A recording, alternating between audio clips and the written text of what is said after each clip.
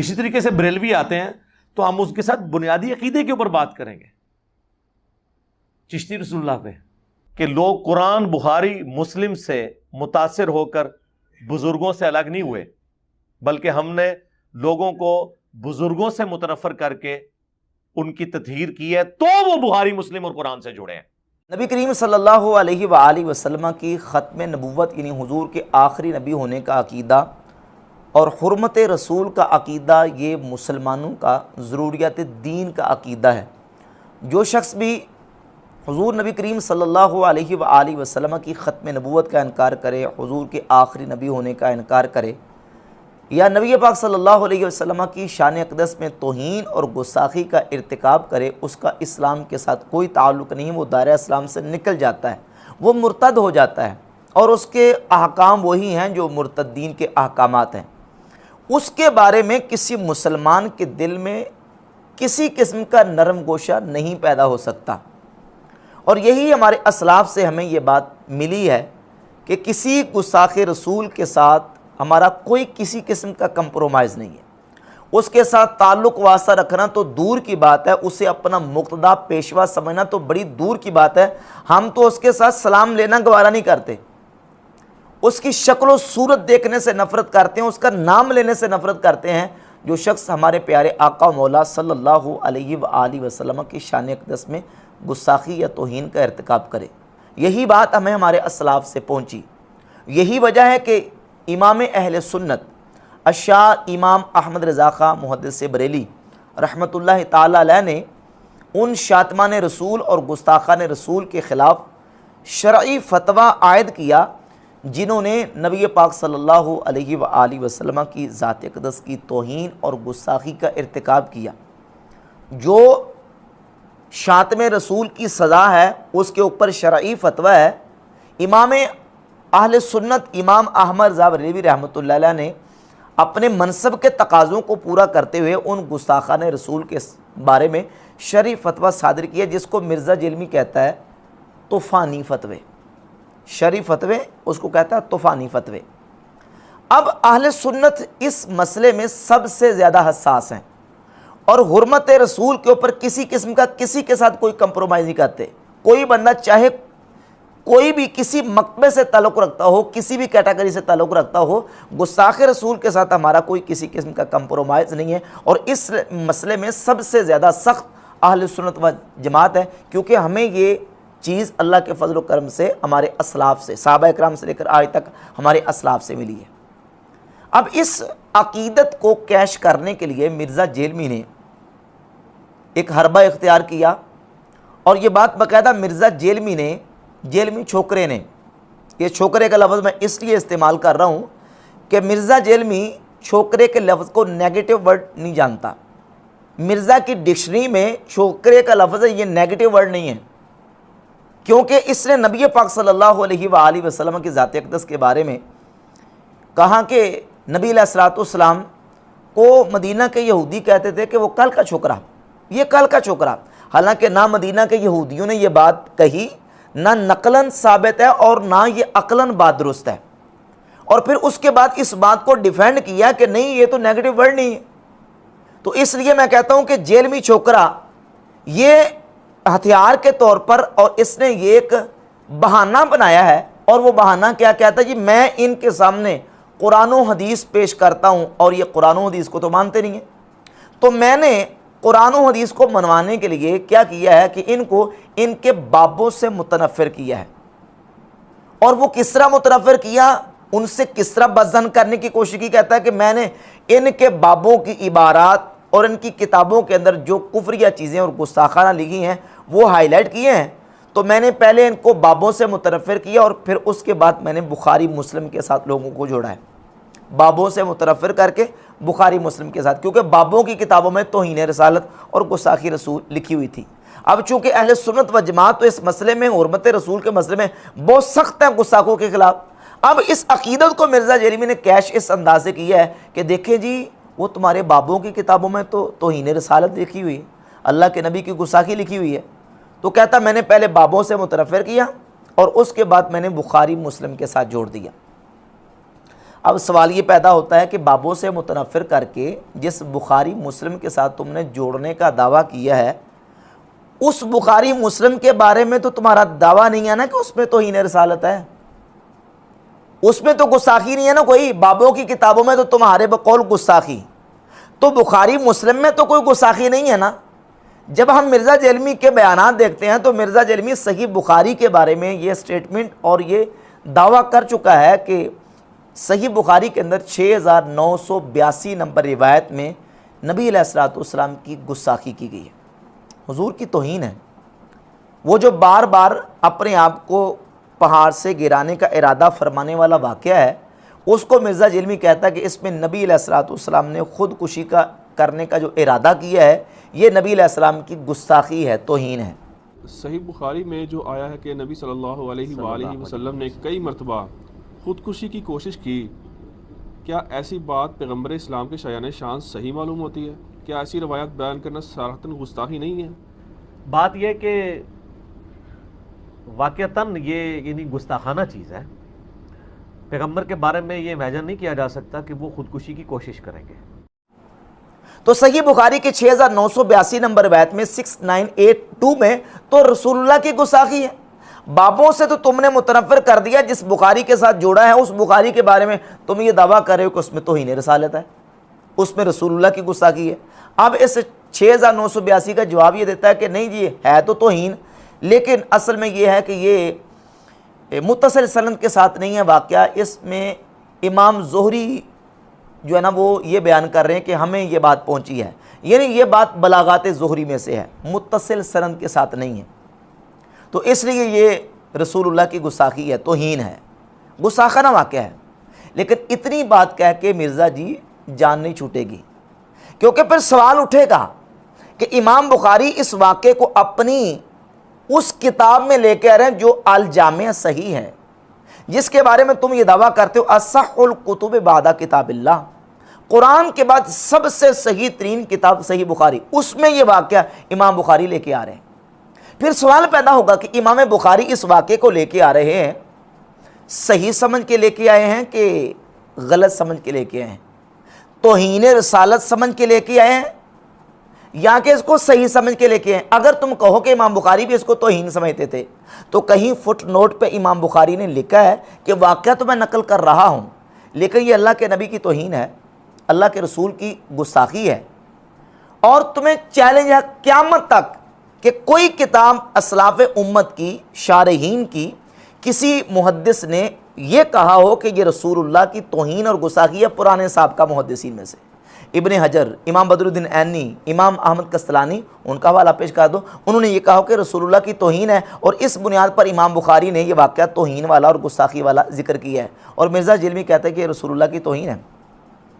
اب سوال یہ پیدا ہوتا ہے کہ امام بخاری اس توہین رسالت والے واقعے کو لا کر بچ جاتے ہیں کہ پکڑے جاتے ہیں؟ کیوں لے کے آئے؟ اگر لے کے آئے ہیں تو ساتھ لکھا ہے کہ یہ توہین رسالت ہے، اگر نہیں لکھا تو اس کا مطلب یہ ہے کہ یہ واقعہ ان کے نزدیک گستاخی رسول اور توہین رسالت نہیں ہے۔ جس بخاری کے ساتھ تم جوڑنے کا دعویٰ کر رہے ہو اس بخاری میں تو بقول تمہارے تم نے یہ کلیم کیا ہوا ہے، اس نے کلپ چڑھایا ہوا ہے مرزا جیلمی نے اس پوری روایت کے اوپر کہ رسول اللہ صلی اللہ علیہ وسلم نے خودکشی کرنے کا ارادہ فرمایا، اس پر کلپ چڑھایا ہوا ہے اور اس کو گستاخی قرار دیا۔ تو جس بخاری کے ساتھ جوڑنے کا دعویٰ کر رہے ہو اس میں تو توہین رسالت ہے۔ اور پھر مرزا جیلمی سے مرزا کے دیرینہ ساتھی علی الحسن نقوی صاحب نے سوال کیا کہ آپ بخاری کا دفاع کرتے ہیں اور صحیح بخاری میں تو جتنے منکرین حدیث ہیں وہ سارے کے سارے صحیح بخاری کو کوٹ کرتے ہیں، اس میں جو واقعات لکھے ہوئے ہیں، تو آپ صحیح بخاری کا دفاع کرتے ہیں، وہ واقعات کون سے ہیں؟ اس میں میں ایک تو واقعات آپ کے سامنے رکھتا ہوں کہ جو منکرین حدیث پیش کرتے ہیں۔ مثلا صحیح بخاری میں ایک تو یہی خودکشی والا واقعہ جس کو مرزا نے توہین رسالت قرار دیا، اور ایک صحیح بخاری میں 364 نمبر روایت ہے، میں اس کا ترجمہ اسلام 360 وابیوں کی ایپ سے پڑھ کے سنا دیتا ہوں کہ رسول اللہ صلی اللہ علیہ وآلہ وسلم نبوت سے پہلے کعبہ کے لیے قریش کے ساتھ پتھر ڈو رہے تھے، اس وقت آپ تہمت باندھے ہوئے تھے۔ آپ صلی اللہ علیہ وآلہ وسلم کے چچا عباس نے کہا کہ بھتیجے کیوں نہیں تم تہمت کھول لیتے اور اسے پتھر کے نیچے اپنے کانوں پر رکھ لیتے تاکہ تم پر آسانی ہو جائے۔ جابر نے کہا کہ آپ صلی اللہ علیہ وآلہ وسلم نے تہمد کھول لیا اور کاندھے پر رکھ لیا، اسی وقت غشی کھا کر گر پڑے، اس کے بعد آپ کبھی ننگے نہیں دیکھے گئے۔ صحیح بخاری کے اندر 364 نمبر جو روایت ہے، اس روایت کا جو خلاصہ ہے وہ یہ ہے کہ آپ صلی اللہ علیہ وآلہ وسلم نے اپنا تہمد کھول کے اپنے کندھے پر رکھ لیا، اور قریش کے لوگ بھی وہاں موجود تھے اور کعبہ کے لیے پتھر ڈھو رہے تھے، اور آپ صلی اللہ علیہ وآلہ وسلم ننگے ہو گئے، اور اس کے بعد آپ علیہ الصلوۃ والسلام کو کسی نے ننگا نہیں دیکھا۔ صحیح بخاری کے اندر یہ واقعہ 364 نمبر روایت موجود ہے۔ بخاری مسلم کی کئی ایسی حدیث ہیں جو کہ جتنے گستاخانے رسول دنیا میں گزرے ہیں وہ سارے انہی کو کوٹ کری جا رہے ہیں۔ قاری نیب ڈار صاحب نے کہا جی میں نہیں مانتا ان کو، سندوں کی چھوڑ دو میں نہیں مانتا، جیسے آپ نے کہا طریف علی، ان کا آپ کیوں دفاع کرتے ہیں؟ ہم احادیث کی تعویل کرتے ہیں، اور میں بار بار بھی کہوں گا نیب ڈار صاحب کو بھی، غامدی صاحب اور ان کے ساتھیوں کو، کہ اگر ان کی بنیاد کے اوپر کسی مسلمان نے غلط عقیدے بنا لیے ہوئے نا، پھر آپ ضرور مسلمانوں کے اوپر ٹونٹ کریں۔ بھائی یہ جو واقعہ صحیح بخاری میں آیا، اس پر منکرین حدیث نے اعتراض کیا تو مرزا جرمی پتہ کیا کہتا ہے؟ جواب یہ دیتا ہے کہ یہ جو واقعات ہیں منکرین حدیث اعتراض تب کریں جب ان واقعات کی بنیاد پر مسلمانوں نے کوئی عقیدہ بنا لیا ہو۔ ان واقعات کی بنیاد پر اگر عقیدہ بنا لیا ہو تو پھر اعتراض کر سکتے ہیں، یعنی واقعات تو ہیں لیکن عقیدہ نہیں بنایا۔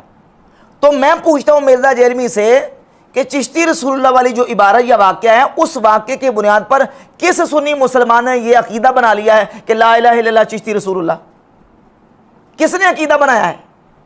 وہ جھوٹا اور مکذوبہ واقعہ ہے، اور 5 سال پہلے میں اس بات پر ایک کلپ ریکارڈ کروا چکا، تفصیل کے ساتھ میں نے بحمد تعالیٰ دلائل کے ساتھ ثابت کیا، اور آج بھی میں حوالے پیش کروں گا کہ یہ جھوٹا واقعہ ہے، یہ جھوٹا کتاب میں واقعہ ان کی طرف غلط منسوب ہے، یہ صحیح نہیں ہے۔ اچھا، اس کے علاوہ اور جو کتابیں مرزا جرمی نے اپنے سامنے ٹیبل پہ رکھی، جن کتابوں کے ساتھ مرزا جرمی جوڑتا ہے، یہ کتاب مشکات المصابیح، اس میں 4902 نمبر روایت ہے، اور یہی روایت امام بخاری کی کتاب الادب المفرد میں ہے۔ میرے پاس جو نسخہ ہے اس میں محقق نے اس روایت کو صحیح کہا، اور یہی روایت جو پڑھنے لگا ہوں یہ مسند امام احمد ابن حنبل میں موجود ہے، جس کے بارے میں مرزا کہتا ہے جی اس روایت کو ماننے اور بے ایمان ہو جائیں، اور یہ رسول اللہ کی گستاخی ہے۔ اور وہ روایت کیا ہے کہ نبی پاک علیہ الصلوۃ والسلام نے فرمایا من تعزا بعزاء الجاہلیت فاعدوہ ولا تکنوا، جو اپنے جاہلیت کے نسب پہ فخر کرے تو تم اسے کہو کہ اپنے باپ کا اعلیٰ تناسل کاٹ کے منہ میں رکھ لو اور کنایا نہ کرو۔ کہتا ہے کہ دیکھیں یہ تو نبی علیہ السلام کی توہین ہے، گستاخی ہے، نبی علیہ السلام اس طرح کی بات کیسے فرما سکتے ہیں؟ اس کو صحیح مانے اور بے ایمان ہو جائے۔ اور اس کو صحیح کس نے مانا ہے؟ ناصر الدین البانی نے، اور وہابی علماء کی ایک فہرست ہے پوری جنہوں نے اس روایت کو صحیح مانا ہوا ہے، اور اس روایت کو امام بخاری الادب المفرد میں لے کے آئے، امام احمد بن حنبل مسند احمد بن حنبل میں لے کے آئے، اور صاحب مشکات اس کو مشکات المصابیح میں لے کے آئے۔ یہ جو مرزا کے ٹیبل کے اوپر پڑی ہوتی ہے، جن کتابوں کے ساتھ کہتا ہے میں جوڑ رہا ہوں، اور اسی روایت کے بارے میں مرزا یہ کلیم کر چکا ہے کہ یہ توہین رسالت ہے، اس کو مانے اور بے ایمان ہو جائے۔ اب سوال یہ پیدا ہوتا ہے کہ یہ کتابوں میں آئیں تو تم نے کبھی یہ کہا ہے کہ ان کتابوں کو چھاپنا بند کر دو، ان کتابوں سے یہ نکال لو، ان کتابوں کو بند کر دو، پابندی لگا دو، بین کر دو؟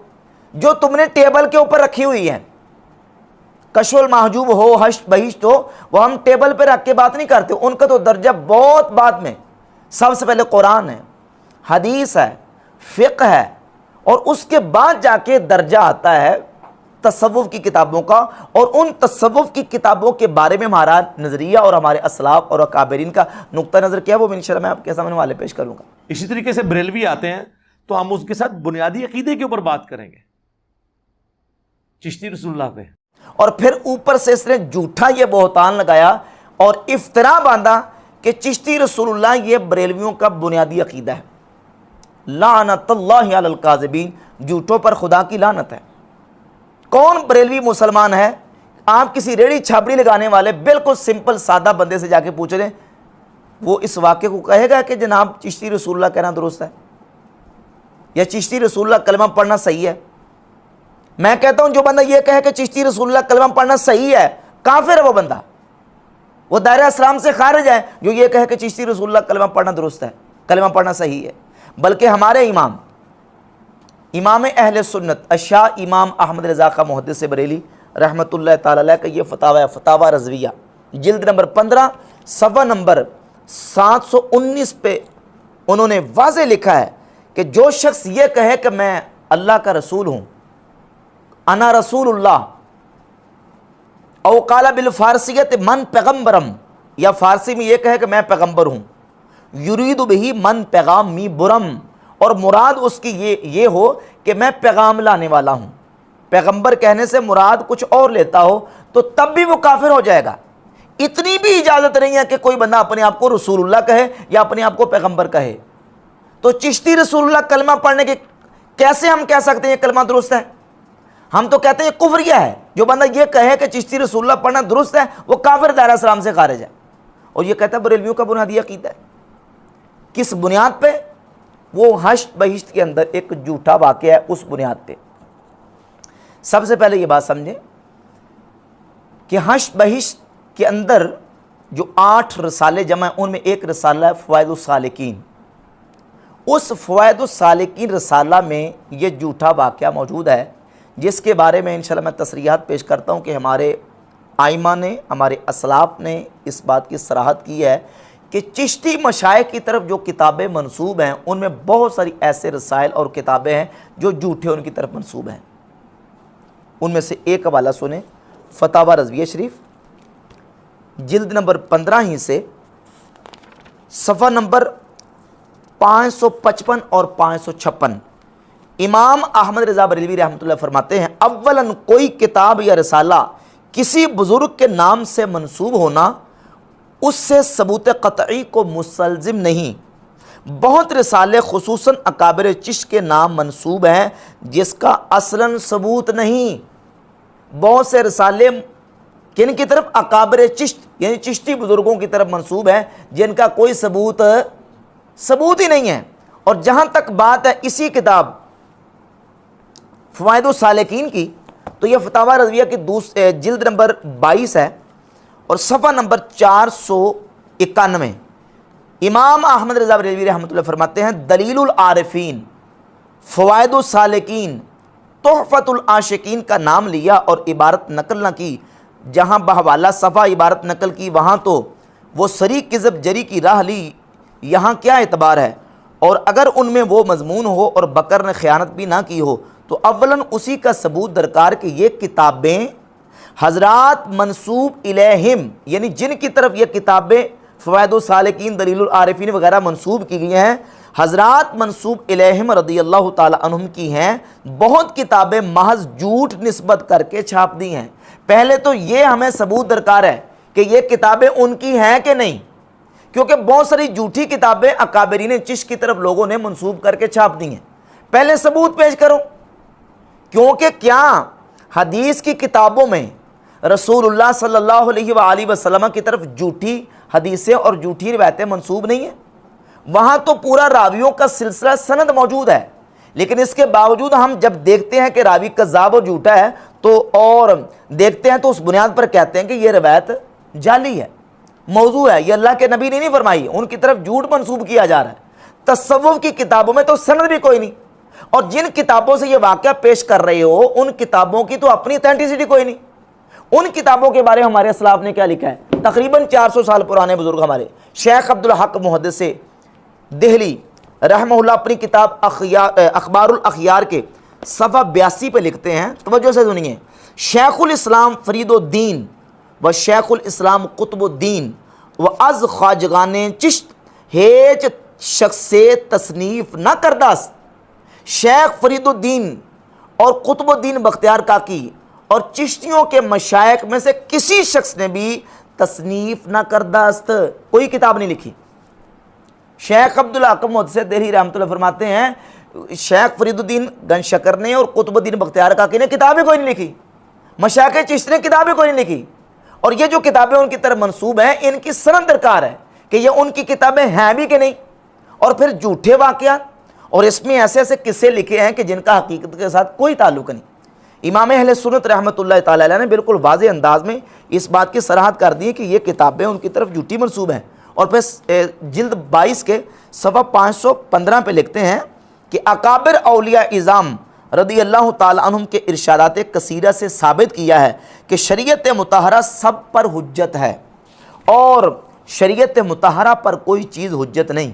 حضرات اولیاء جن کی ولایت ثابت و محقق ہے، ان سے جو قول یا فعل یا حال ایسا منقول ہو کہ بظاہر خلاف شرع مطہر ہو، اولاً اگر وہ سند صحیح و واجب الاعتماد سے ثابت نہیں، ناقل پر مردود ہے، اور دامن اولیاء سے پاک۔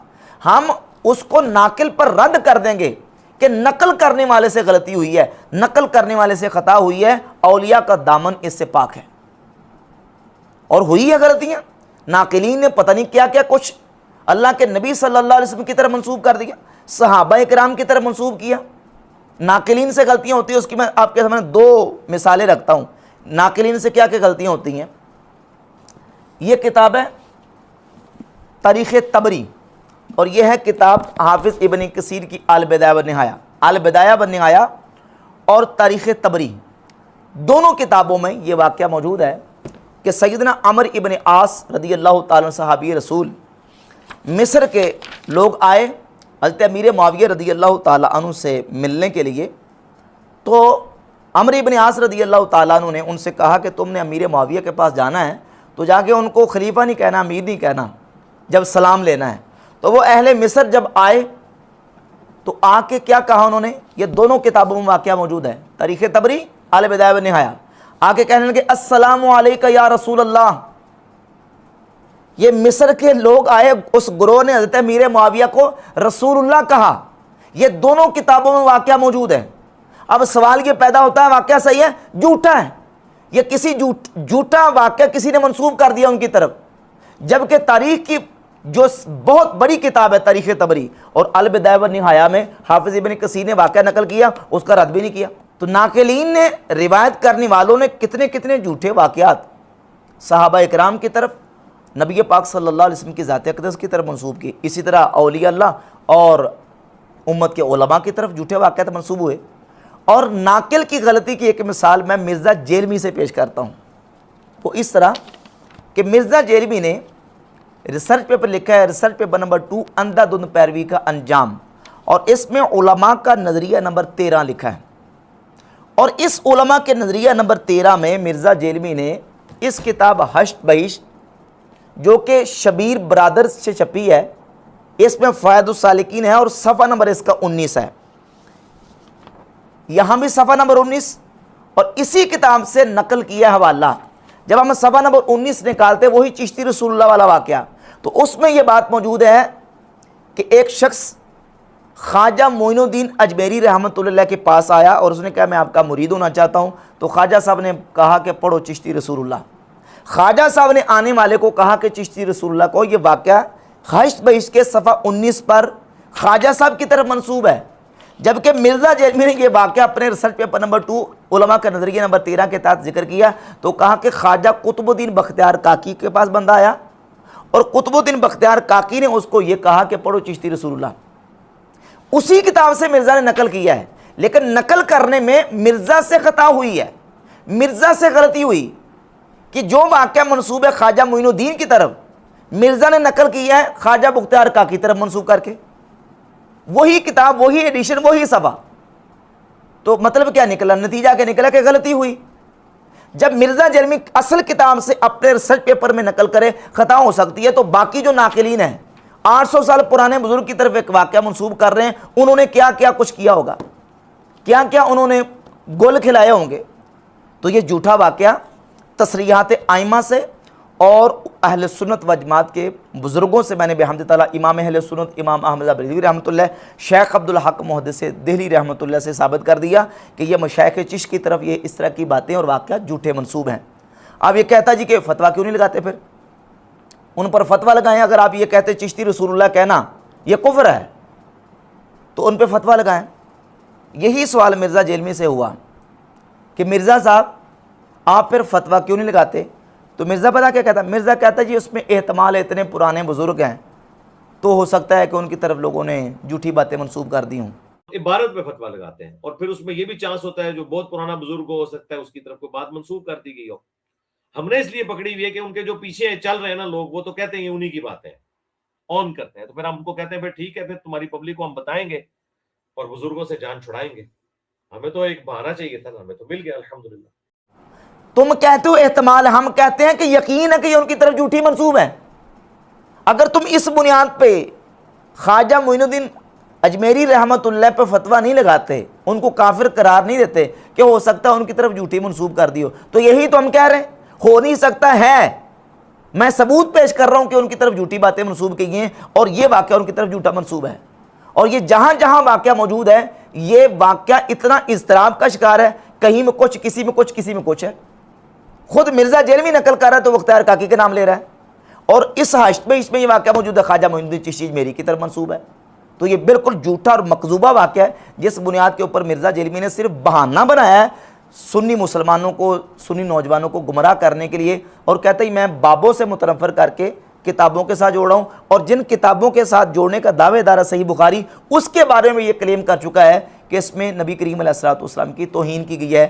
روایت نمبر 6982 میں یہ کہہ کے جان نہیں چھوٹے گی کہ نہیں جی وہ بلاغات ظہری میں سے ہے. سوال اگلا پیدا ہوگا کہ وہ جو خودکشی کرنے والا واقعہ ہے یہ توہین رسالت ہے، تو بلاغات ظہری نہیں، اس کی متصل سند پیش کر دیں گے. صرف مسئلہ یہ ہے کہ امام بخاری اس کو لے کے کیوں آئے. اگر لے کے آئے تو ساتھ نیچے لکھا کہ یہ توہین رسالت ہے، یہ رسول اللہ کی گستاخی ہے. کیوں نہیں لکھا؟ پھر تم نے یہ کہا ہے کہ دارالسلام کو کہ اس کو نکال دو، اس کو چھاپنا بند کر دو.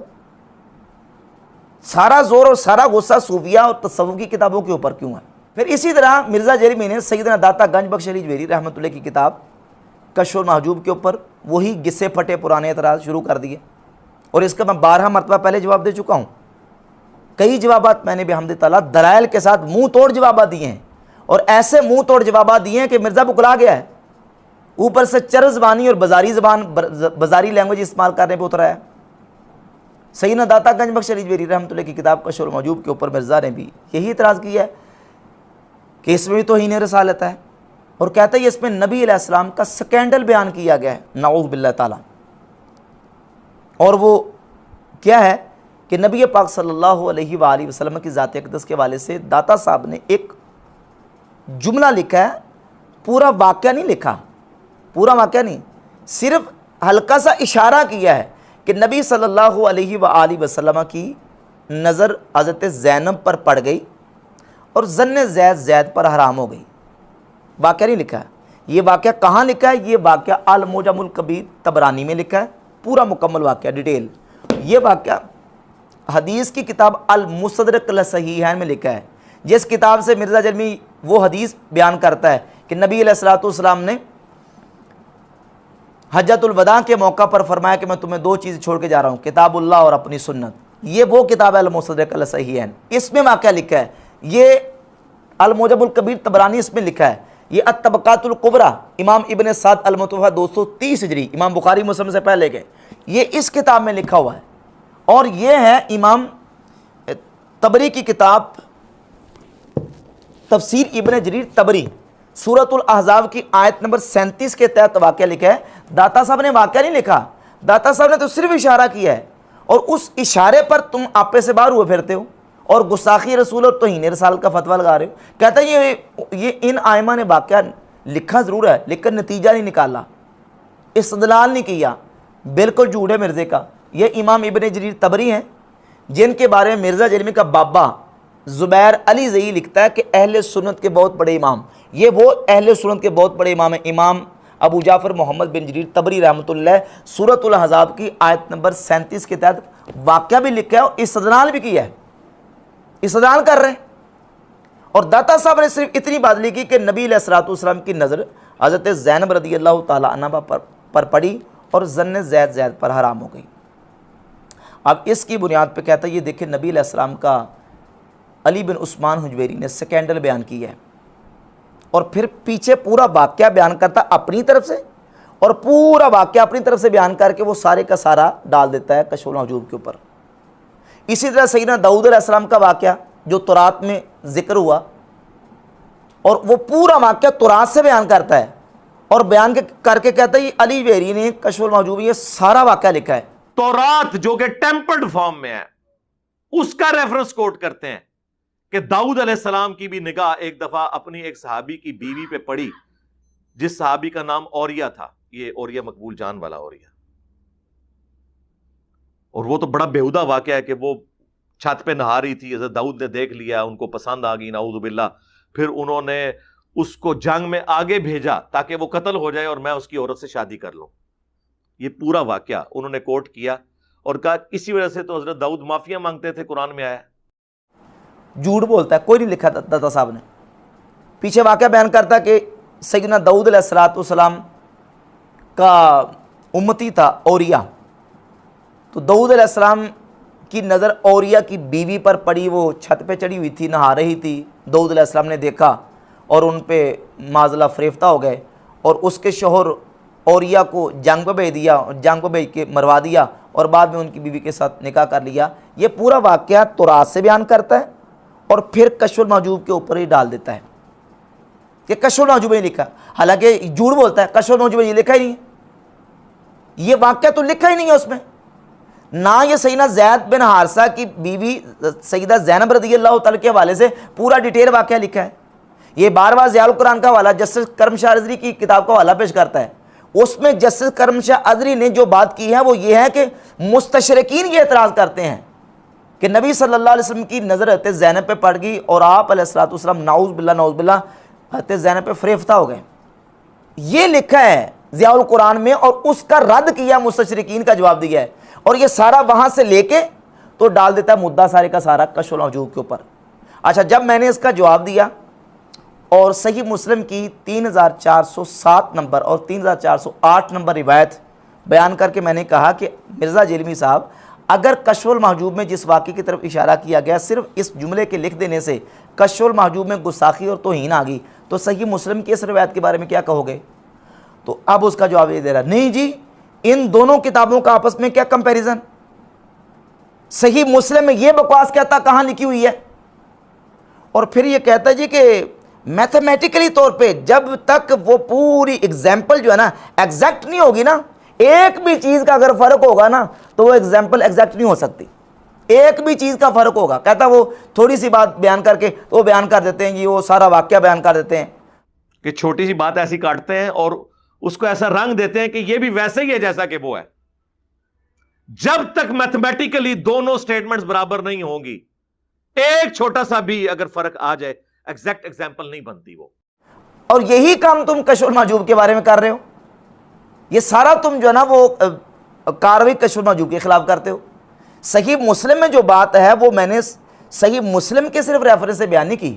صحیح مسلم کے اندر ابھی میں آپ کے سامنے رکھتا ہوں, صحیح مسلم کے اندر 3407 3408 اور مسند احمد ابن حنبل میں 14591, سنن دارمی میں 2215, سنن ابی داؤد میں 2151, مسند ابی عوانہ میں 3257, المعجم الکبیر طبرانی میں 16626 اور شعب الایمان میں 5435 نمبر حدیث ہے جس میں یہ مذکور ہے کہ نبی پاک صلی اللہ علیہ وآلہ وسلم نے باہر کسی عورت پر آپ علیہ السلام کی نظر پڑ گئی اور آپ صلی اللہ علیہ وسلم کو وہ عورت اچھی لگی.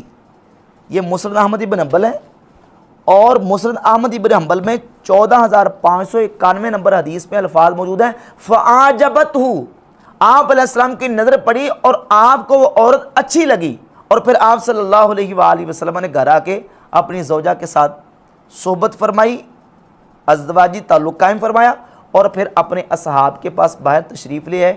اور آپ علیہ السلام نے صحابہ کرام سے فرمایا کہ عورت شیطان کی صورت میں آتی ہے اور شیطان کی صورت میں جاتی ہے. جب تمہاری باہر کسی عورت پر نظر پڑ جائے تو وہ تمہیں اچھی بھلی لگے تو تم اپنی بیوی سے آ کے صحبت کر لیا کرو, جو تمہارے دل میں خیال آیا وہ خیال نکل جائے گا. یہ پوری روایت ہے صحیح مسلم اور مسند احمد ابن حنبل کی, میں نے ملا کے دونوں روایتوں کے, اور وہی سند ہے مسند احمد ابن حنبل کی جو صحیح مسلم کی سند ہے. اس میں کہ نظر پڑی اور عورت اچھی لگی. اور امام نووی نے صحیح مسلم کی جو یہ روایت ہے اس کے اوپر باب قائم کیا ہے اور اس کا ترجمہ میں آپ کے سامنے رکھتا ہوں، اسلام 360 بابیوں کی ایپ ہے، اس سے اس میں باب کا ترجمہ کیا کہ جو شخص کسی عورت کو دیکھے اور وہ اس کے دل میں بس جائے تو اس کے لیے مستحب ہے کہ اپنی بیوی یا زر خرید کنیز کے پاس آ کر اس سے صحبت کر لے۔ کسی عورت کو دیکھے اور اس کے دل میں بس جائے، پھر آ کے بیوی سے صحبت کرے۔ اور اس کے تحت امام مسلم رحمۃ اللہ علیہ یہ احادیث لے کے ہے کہ نبی علیہ الصلوۃ والسلام کی نظر باہر کسی عورت پہ پڑی اور آپ صلی اللہ علیہ وسلم کو وہ اچھی لگی، مستحب احمد ابن حنبل کے لفظ ہیں، اور آپ علیہ الصلوۃ والسلام نے آ کے اپنی بیوی سے صحبت فرمائی۔ میں نے یہ کہا تھا الزامی طور پہ کہ مرزا جیلمی کو کہ اگر کشف المحجوب میں یہ واقعہ گستاخی اور توہین ہے تو صحیح مسلم اور مسند احمد ابن حنبل کی یہ روایت گستاخی کیوں نہیں ہے؟ کہتا ہے دیکھیں صحیح مسلم اور مسند احمد کی روایت کو کشف المحجوب کے واقعے کے برابر کر رہے ہیں۔ انہوں نے کہا نہیں جی، اس طرح کی گستاخی تو مسلم شریف میں بھی لکھی ہوئی ہے۔ اچھا جی، اب وہ مسلم شریف میں کیا لکھا ہوا ہے اس کا اس سے کوئی لینا دینا بنتا ہے؟ اور دوسری بات یہ کہ میں نے کب یہ کہا ہے برابر ہے؟ میں نے یہ کہا ہے کہ اس سے بڑھ کر ہے۔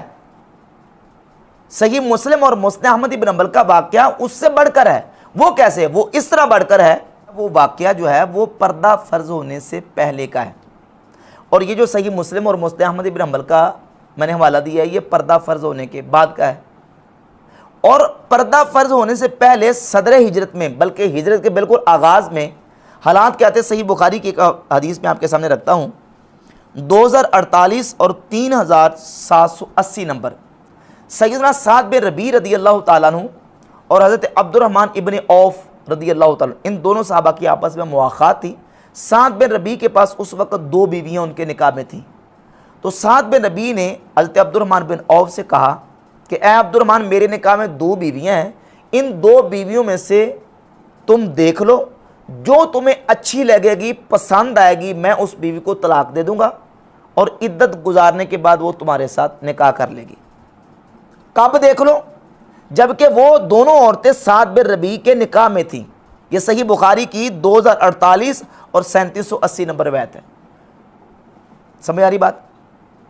یعنی اس وقت احکامات شریعت اتنے سخت نہیں ہوئے تھے، پردے کے اور خواتین کی طرف نظر کرنے کے وہ مسائل نہیں تھے۔ جس وقت یہ واقعہ معاملہ پیش آیا تھے زینب کے اوپر نظر پڑنے والا، اور جس کی طرف داتا صاحب نے کشف المحجوب میں اشارہ کیا، اور یہ جو واقعہ ہے صحیح مسلم اور مسند احمد ابن حنبل کا، یہ واقعہ ہے پردہ فرض ہونے کے بعد کا۔ ایک فرق یہ ہے، ایک فرق، اور دوسرا فرق یہ ہے، اس میں یہ ہے کہ نظر پڑی، اور اس میں یہ ہے کہ نظر پڑی اور عورت پسند آ گئی، اچھی لگی، فَعَجَبَتْهُ، وہ عورت اچھی لگی۔ امام بہقی نے سنن الکبریٰ بہقی میں باب یہی باندھا ہے، عورت کو دیکھیں اچھی لگے تو پھر کیا کریں۔ امام دارمی نے سنن دارمی میں یہی باب باندھا ہے، اگر عورت پہ نگاہ پڑ جائے اچھی لگے پھر کیا کریں، اس کے تحت یہ حدیث لے کے ہے۔ امام نووی نے صحیح مسلم کی اس حدیث کے اوپر یہی باب باندھا ہے کہ اگر کسی عورت پہ نظر پڑے اور وہ اچھی لگے تو پھر اس کے بعد کیا کریں، اور اس کے تحت یہ حدیث لے کے ہے۔ دونوں واقعات میں کتنا فرق ہے؟ مرزا کہتا دونوں کو برابر کرے، برابر نہیں کر رہے۔ میں کہہ رہا ہوں کہ یہ بڑا واقعہ ہے صحیح مسلم اور مسند احمد ابن حنبل والا، وہ اس اعتبار سے چھوٹا رہ جاتا ہے۔ تو اگر وہ کشف المحجوب میں جس واقعے کی طرف اشارہ ہے کشف المحجوب کی عبارت توہین رسالت اور گستاخی ہے، تو صحیح مسلم اور مسند احمد نہیں بچتی، یہ توہین رسالت سے خالی نہیں رہتی۔ پھر اب اس کا جواب دے، گالیاں نہ نکال لے، گالیوں سے جواب نہیں ہوگا۔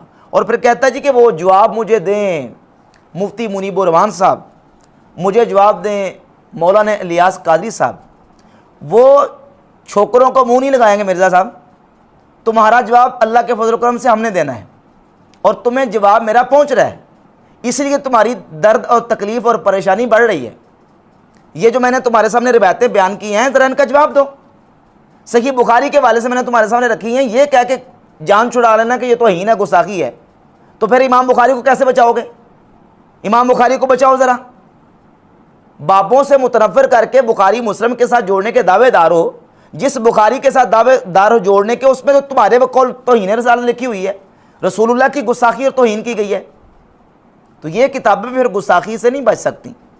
اور پھر سیدنا داتا گنج بخش رضوی رحمۃ اللہ کے والے سے لکھا جی انہوں نے نبی علیہ السلام کی توہین کی ہے، گستاخی کی ہے، کہ اس میں امام ابو حنیفہ کا وہ خواب بیان کیا جو رسول اللہ کی توہین پہ مبنی ہے، توہین کی ہے۔ اور یہ خواب جو امام ابو حنیفہ رحمۃ اللہ علیہ کا ہے وہ ایک خواب تھا. خواب آنے کے بعد یا تو یہ کہ امام ابو حنیفہ بڑا خوش ہوئے ہوں, اعتراض کرو, امام ابو حنیفہ رحمۃ اللہ پریشان ہوئے, گھبرائے کہ یہ مجھے خواب کیا آ گیا. اور اس کے بعد امام محمد بن سیرین جو کہ تابعی ہیں, صحابہ کرام کے شاگرد ہیں اور جلیل القدر امام ہیں, ان کے پاس اس کی تعبیر کے لیے گئے. انہوں نے تو یہ کہا یہ توہین رسالت والا خواب ہے, گستاخی ہوگی, توہین ہوگی اور تم کافر ہو گئے, ابو حنیفہ یہ کیا کر رہے ہو. انہوں نے اس کی تعبیر جو تھی وہ بیان کر دی. اور یہ واقعہ جو داتا صاحب نے جو خواب والی بات کی ہے یہ صرف داتا صاحب نے کی ہے, یہ امام ابن عبد البر اندلسی المتوفہ 463 ہجری اپنی کتاب الانتقام میں بیان کر رہے ہیں.